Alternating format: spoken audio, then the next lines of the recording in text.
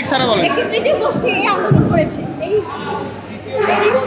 এই তৃতীয় গোষ্ঠী বলতে কারা? তৃতীয় গোষ্ঠীর সুযোগ সন্ধানের পিছনে যাদের কাজে সুযোগ সন্ধানের কাজ করা, সেটা আওয়ামী লীগ হোক, বিএনপি হোক, জামাত শিবির হোক, যে কোনো জায়গায় তারা শুধুমাত্র সুযোগ সন্ধানের আশা করছে। আমার লাগে যার তর্ক হয়েছে রেদওয়ান, ওর সাথে আমার ভালো সম্পর্ক। আমি ওকে প্রশ্ন করছি যে সামনের আহত লোকগুলো কেটা, ও বলছে তোমার সাথে তোমার দ্বারা পরীক্ষা দিতে হবে। আমি বলছি ব্যাস চাই, আমার লাগে তর্ক হয়েছে। আমরা মারামারির ভিতরে যাইনি দুইজনে।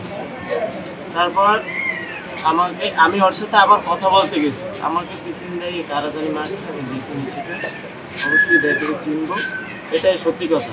আর তারপরে তারা ছিল, তারপর এদের সাথে সবাই ছাত্রলীগ, সবাই ছাত্রলীগ সমন্বয়করা দাবি করে যে সাগর সাগর আমাদের বড় ভাই, আমি ছাত্রলীগ করতে সেও পদত্যাগ করার পরে সেও এখন ছাত্রলীগ নিয়ে ঘোরে। আপনি বলেন। জি, এখন আমার প্রশ্ন হলো, আমি সকল যারা প্রথমে আমার বন্ধু বান্ধব ছোট ভাইগুলো আন্দোলনে ছিল ওদেরকে বাইক করছি খুঁজছে, বাইক করে আজকে আনছি।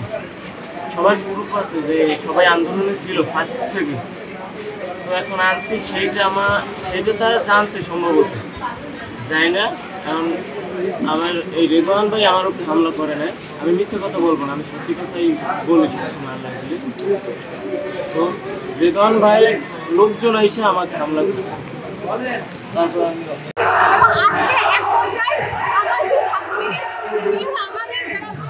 আন্দোলনে ছিল তাদেরকে ঢুকতে দিচ্ছিলেন,